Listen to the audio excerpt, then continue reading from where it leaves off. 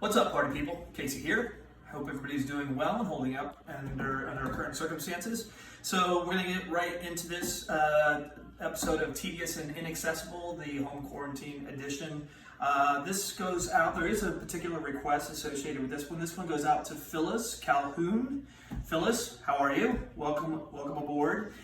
Phyllis, I met Phyllis through a UFC class that I was taking at the UFC gym with Ken Gordon, my UFC people, Ken Gordon, JR Nuez, Brandon Garcia. Hey guys, hope you guys are all doing well.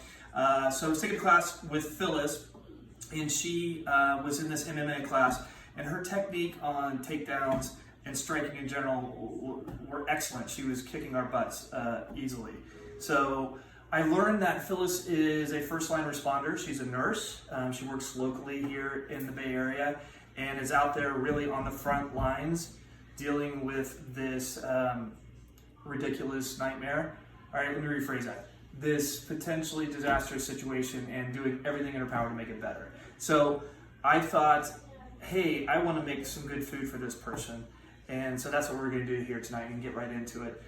So we're going to make, here's the tagline, right? Tell your friends, this is the one. We're going to make gumbo, seafood gumbo. Oh, one more shout out to Jamie Bushman, who's been a really good ear for me. I forced the poor guy to watch a video from beginning to end and give me feedback. And I think he mentioned that gumbo was something he was interested in. So multi-purposeful, we're going to do gumbo tonight, seafood gumbo. I'm really excited to do this and get it delivered over to Phyllis's front porch and give her a good meal that she more than deserves. So we're going to skip the ingredients list because the link will be provided. This is really straightforward stuff that you can find in any grocery store, but we've got exciting things to point to, like a couple pounds of lump crab meat, 4 pounds of shrimp, some andouille sausage, a bunch of seasonings, some leftover shrimp shells, all really straightforward stuff.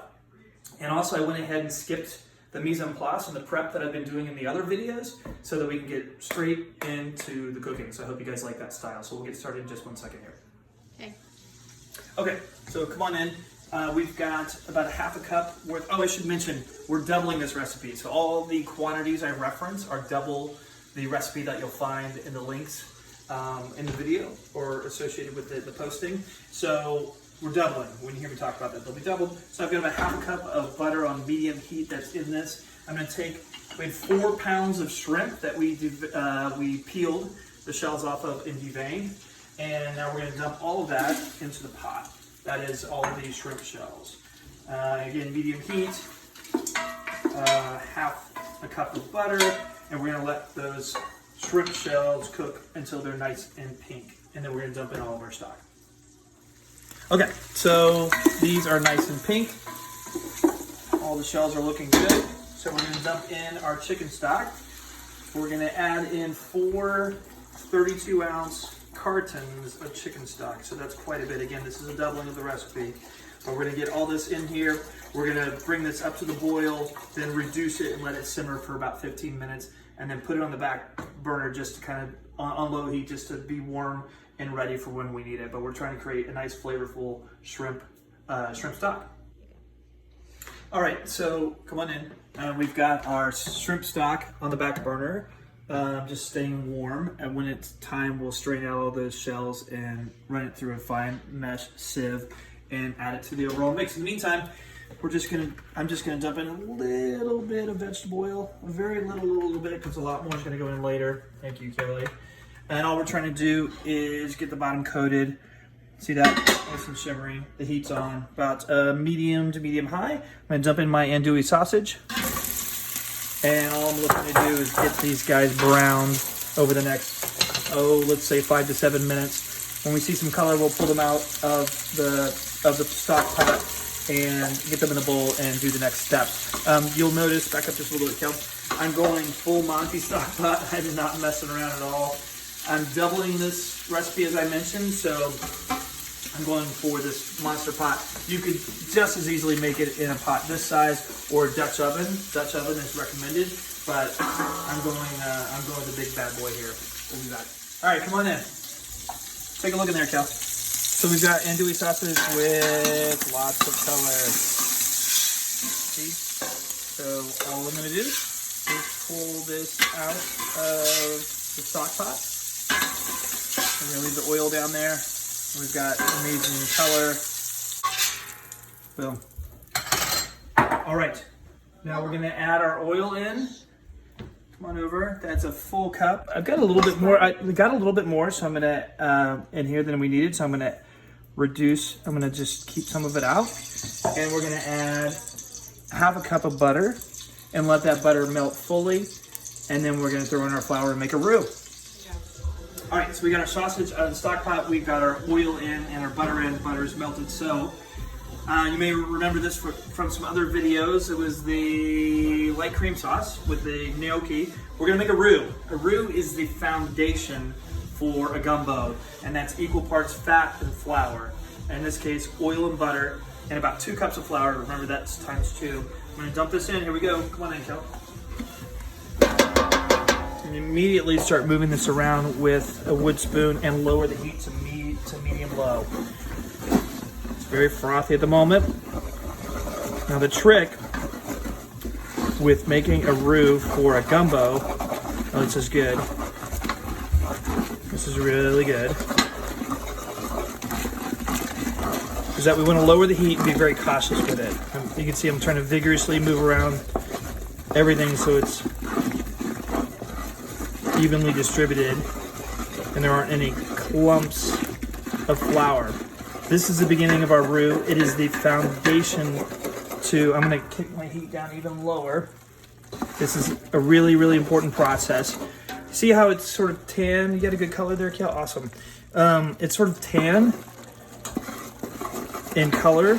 So we're gonna do this for a good 30 or 40 minutes and keep the heat on a medium low. And we're trying to get this roux to a dark brown caramel color. That's key. That is the foundation to this entire dish. So it's gonna take some babysitting. Like I said, half an hour to 40 minutes. But I'm gonna be very, very cautious about my heat. Heat goes too high, you're gonna burn it, and the process is over. I don't know if there's much of a danger of heat being too low, apart from having the process take longer. But I'm gonna babysit this, and we're gonna do this for about a half an hour and check in on the color. And we'll show you guys what it looks like.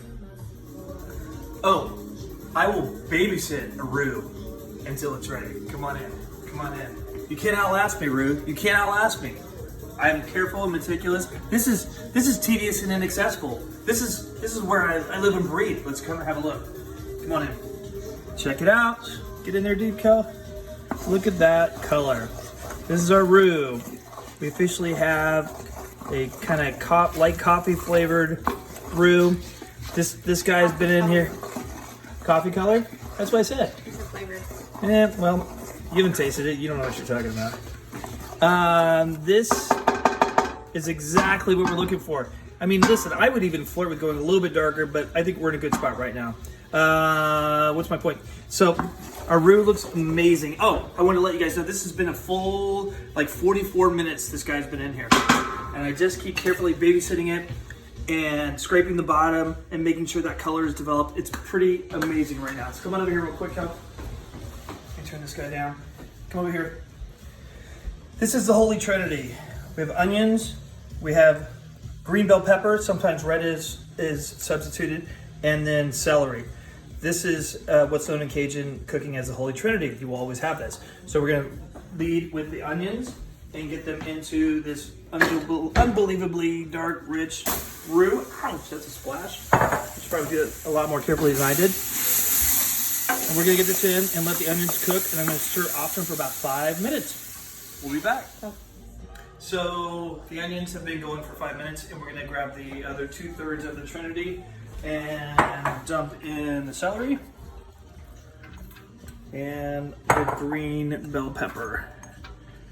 And come on over and get it moved around. As you can see, it's crazy chunky, which means when we add our stock that you're gonna have a nice body to the overall texture of that. And we'll let this cook for 5 minutes and come back. Yeah. Garlic in the mix for 1 minute. That's it. So the garlic has been in, and we're gonna dump in 2 12-ounce amber beers, in this case, Fat Tire.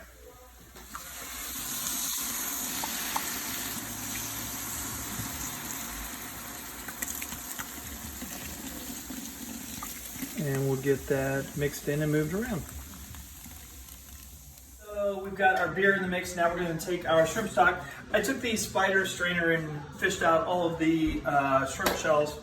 And now we're just going to pour it through a fine mesh sieve to get rid of all the other remaining impurities. But this is our shrimp stock, which should be loaded with flavor. All right, there's that. Okay, let's get that to the sink. And you can escape. You're free. You're free. Now we're going to dump in our remaining kind of aromatics and additional ingredients to flavor. We've got 4 bay leaves. I've got 2 tablespoons of dried thyme. I like to kind of rub that in because it helps activate the oils in the dried spice a little bit. That helps. And then I've got about 4 tablespoons of Creole spice. Get that in there. And that's the one I use. You can find whatever you need in your grocery store. And I think about 4 teaspoons of Worcestershire sauce. That'll do it. And then we're gonna dump our andouille sausage back in. We're gonna let this come up on the heat and get a little bit of a boil going. And then we're gonna bring it down and cover it for about 1.5 hours. And we'll be back. So it's at the boil. And we're gonna reduce the heat to a simmer and close the lid and say night-night for 1.5 hours. See you in a while. All right, come on in. It's been a minute since we've checked on this. It's been 1.5 hours, technically. And let me tell you, I'll be honest, I had a few peeks on this over the last 1.5 hours and had a couple tastes. And there is a real soul, there's a real depth of flavor this gumbo that I'm really excited about. You can see kind of the richness, and honestly, the texture is pretty exciting to me. There's like this little bit of cling and yet still very liquidy, like something, you know, it'd be easy to eat, but has just a real like stick to your ribs quality. I'm really stoked about this. So I'm gonna give it a quick taste and check for seasoning before we finish it off. Wow. Again, wow, it's really knocking me out. Just a lot of rich flavor in there. So, and there's a nice heat at the back of the throat too. So come in, Kel. I'm just gonna, it needs salt. I'm gonna give a couple handfuls of hefty salt and get it moved around and see how that affects the overall. Notice we haven't salted at all. No salt at all. When you're dealing with something that reduces as much as this does and concentrates as much as this does, you wanna be very careful about saving salt for the end. Otherwise, you could wind up with a salt lick as that salt can be concentrated, and you don't want that to happen. All right, I have a new clean spoon here. Maybe just a little bit more salt, but it's pretty much right there. Okay. All right, so that's our seasoning adjusted. We've got some rice on the back burner there that's gonna be ready in a minute. So all we're gonna do is wrap this up. I'm gonna take about in the neighborhood of a cup of fresh chopped parsley and get it in the mix. And then I've got about 2 cups of green onions, just the green parts. And I'm gonna dump in most of this. I'm gonna save a little bit for garnishing, but most of it goes in the mix as well. Let's give that a stir. We are in home stretch here, ladies and gentlemen. It's looking beautiful, it's smelling beautiful. I'm pretty stoked about it. And then let's finish up with our proteins. So I'm pretty much at the lowest heat conceivable before the gas turns off completely. I've got let's call it 1.5 pounds to almost 2 pounds of shrimp that I'm gonna get in the mix. And there's just not much heat required to get that job done. Then I'm gonna take our lump crab meat, which is crazy, and get that in the mix too. Don't miss a single morsel of that stuff. And all I'm gonna do is stir that around and look for my shrimp to get a little bit pink and curl around. You right in the mix? Yeah. You see everything there? So I'm just gonna occasionally fish out my shrimp and see how we're doing. I can turn up the heat if I want, but honestly, there's enough residual heat in this pot to cook that shrimp through perfectly so it doesn't get rubbery at all. We'll let that happen, and then we'll do some plating in just a minute. We are ready to plate this bad boy. I'm gonna go ahead and pull out, by the way, the shrimp has curled beautifully. Go ahead and have a look, Cal. Look at that. And again, just from the residual heat, I had no need to go crazy and crank it up. It is just chock filled with protein and seafood, and it's looking really great. Anyway, I'm gonna go ahead and pull a ladle out. Oh, one other note. Double recipe, right? I've talked about that a number of times. I'm gonna save 2 pounds of shrimp behind because this is a double recipe. Half of it is to feed the people that have been waiting around a long time to eat tonight, and the other half is for Phyllis. Hi, Phyllis. Remember us? Hope we remember you. So I'm gonna put Phyllis's shrimp in tomorrow so that it doesn't get rubbery and overcooked. So the other weird concession I'm gonna make is to go ahead and pull out a ladle or two for my youngest son, who doesn't tolerate spice as much as everybody else in the family. So it's got some really beautiful back of the throat, see it down the road in a minute heat. I think he'll be fine with. But everybody else probably wouldn't mind a little bit of a crank up in heat. To that end, I'm gonna highlight for you guys this ají amarillo. This is a Central America pepper that I discovered through Peruvian cooking that I adore more than I can tell you. It's bright, it's sunny, it's fruity, and it's got some forward heat that's just unbelievable. Look it up on Amazon, that's where I got it. So I'm gonna go ahead and cheat the system and throw in just a couple, 3 spoonfuls at the end here to flavor it and get it moved around. All right, and we'll be back in a minute to finish the plating. How do I look? I'm just kidding. All right, so it's time to finish this dish up. I've already done most of the plating. I just want to show you guys. Come over here, Cal. I did a little fancy pants ridiculous thing where I've got these molds that are all the same shape, and I jammed some rice into it. If you can get them and you are so motivated, you can do very fancy things like uniform rice centers like I'm doing. By no means is that essential. You can just take a spoon and lump a bunch of rice in there. Let's finish up with some of the scallion tops on top here. Scallion tops on top. Maybe a little bit around here and there, here and there, here and there. And ladies and gentlemen, that is it. This is it. This is seafood gumbo.